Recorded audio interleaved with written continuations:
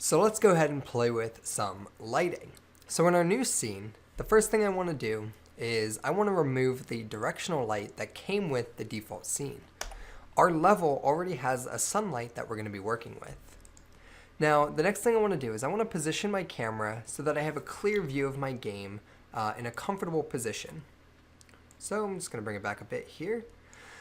If you'd like to have the same values, my main camera is set at 5.17 on the X, 2.03 on the Y, 7.55 on the Z, and negative 172.68 on the Y for the rotation.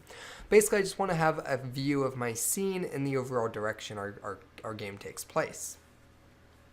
So let's go ahead and mess with some lighting. If you go into your market here and you drop into your lights folder, we have a sunlight. Now our sunlight is a directional light. The directional light does not matter where I place it. I could place this thing 500,000 meters away and the light isn't going to change. It's your sun for the game. One thing I want to mention here is that our directional light, you can increase the intensity here. So we can increase the intensity. You'll see here in real time that does adjust. So what I want to do here is let's go ahead and make this about maybe like 1.0, maybe 1. Oh, sorry, not 10. I'm going to go ahead and keep my light at 1. And you can go ahead and actually adjust the color of this if you wanted to. So you can actually go ahead and create we're outdoors, so you want to give it more of a hotter temperature look. So maybe more like a red, a reddish type look. I'm actually going to go ahead and keep it sort of peach-like, so I'm kind of happy with this right here. But by all means, go ahead and adjust the color if you'd like. Now we have a mode here. So right now, go ahead and make sure you're in real-time mode. And then also you can adjust your shadows. So if you want no shadows, you have no shadows. If you want hard shadows, you can have hard edge shadows, or you can have soft shadows. I'm going to go ahead and keep mine on soft shadows. The next thing I want to do is looking at our scene here, there are things that look like they're supposed to kind of light up here. So our sunlight is doing majority of the work of lighting our scene. However, we can actually complement our scene by adding in point lights. So go ahead and right click your lights and let's add a new light, point light.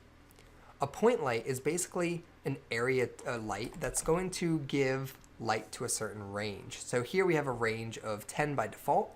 If we actually shrink that down to maybe about 5, and then what I want to do is I want to put this point light just below this fish sign. I want to make it look as if that fish sign is illuminating. So I'm going to go ahead and put it up there, and you'll see here that our fish sign is now gives the illusion that it's sort of illuminating. What I can do here, I feel like my scene is a little too bright for this. So what I'm going to do is I'm going to click on my sunlight here, and I'm actually going to lower the intensity of the scene here. I'm going to make it about 0.6. Yeah, much happier with that. And now you can see here that my point light does look like we have a sort of intensity off of that sign. What I can do then is I can actually adjust the color of this.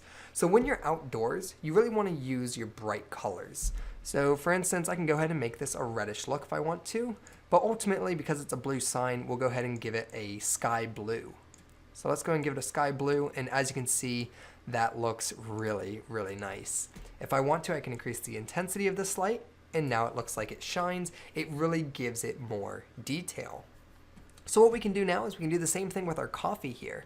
Let's go ahead and create a new point light. Right click your lights folder, go to light, and let's create another point light. And let's go ahead and place this by our coffee machine. So as you can see here, our range is a bit high. Once again, just shrink that down. Doesn't need to be that high, make it about 5. And what we're going to do is let's go ahead and move this towards our coffee machine. So really get the back of the coffee machine, sort of like the wall and the sign. That's what I want lit. So if we go ahead and that's sort of a beige color, the wall. So let's go ahead and give it a nice yellow look. We'll give it a yellow light intensity, and we'll go ahead and increase the intensity. And as you can see, it sort of backlights that wall there. And I think it looks really, really nice. We can actually decrease the range just a bit. And we can go ahead and move that a little closer out. And I think that looks really good right there. Increase that a bit. And there you go. So as you can see, point lights are just making our game just sort of pop and give it that extra little polished detail. So another place where we can add this is actually right here in between the markets here. We have this sign. We can make this blue sign look as if it's illuminating the area. So let's go ahead and we'll go ahead and create a new light, point light. And once again, decrease the range, make it about 5. I find that typically about 5 range is pretty good. And put it next to this light. And as you can see here, now if you want to get a good look at it from your game view, just go ahead and click on your main camera. And let's rotate our character to look at that sign. So head back to our lights, go to our point light. And let's see here. So looking at this point light, let's go ahead and increase the intensity. And now that's a blue sign. So let's go ahead and find a light blue to give it, sort of like a shade of blue. And we can go ahead and increase the intensity. And we can go ahead and move this up a bit, kind of in. And I think that looks pretty good. I'm actually okay with that. Maybe decrease the intensity a bit just to give it a little bit of a glow. And go ahead and get it so that kind of sticks out here. Raise it up. Okay, I'm actually pretty happy with that. I think that looks really nice. And like I said, guys, this is just to give it a little bit of touch to where the natural sunlight isn't going to light these up. So we use point lights to bring life into it. And I am going to increase the intensity just a bit here. Okay, last but not least, guys, there's one more opportunity here, and that is our Slurp soda machine here. Let's go ahead and increase the lighting on our Slurp soda machine. Let's go ahead and create another point light. We'll go ahead and position this. So here's our point light. Whoops, I put it inside that as a child. Let's go ahead and move this one down and position it near the Slurp sign. So now that Slurp sign, I imagine, is supposed to illuminate red. So let's go ahead and place it there. Let's make our camera and our game view it. So let's go ahead and rotate us back around to about 171. And let's click on our point light. And let's go ahead and increase the intensity just so we can start seeing some effects here. Set the range to about 5. And where is this light? Why don't we see it? Oh, okay, it's all the way back there. Here we go. There's our light. Okay, so let's go ahead and position this where we want it, which is about on the sign of it. So here, go ahead and raise it up. Go ahead and position it over. And we can go ahead and drop the intensity a bit. But now what I want to do is I need to find a bright red. So here we can go ahead, use a bright red, maybe a actual purplish look would actually look pretty cool here, maybe a bright pinkish look. And let's go ahead and increase the intensity.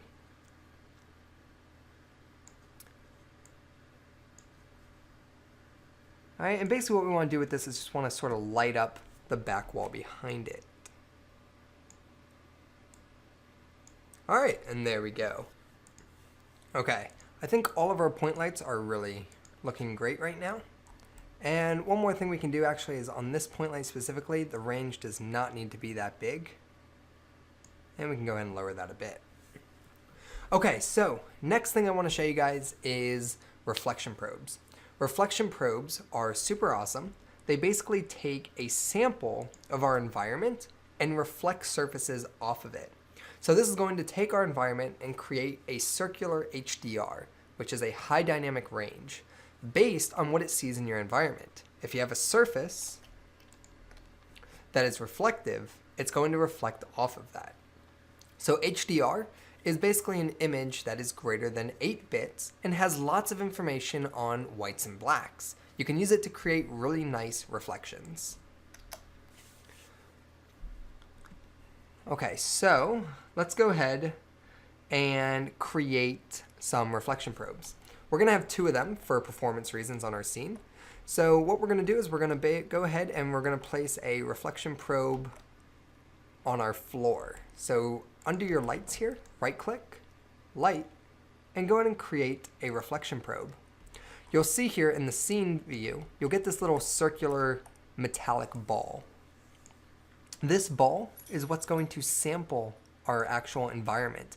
And basically, if you look at it in the scene view here, or in the inspector, you'll see here that it's sampling our area. What we can do with this is control the reflective surfaces. So by moving this around and letting the scene update, you'll notice inside the scene view that it's actually adjusting the reflective surfaces based on where I move it, and you can see the adjustments in the game view. Now I'm going to show you how we can actually adjust the reflective nature of our actual floor tile, which is getting the sample of this. So I'm going to go ahead and place this here.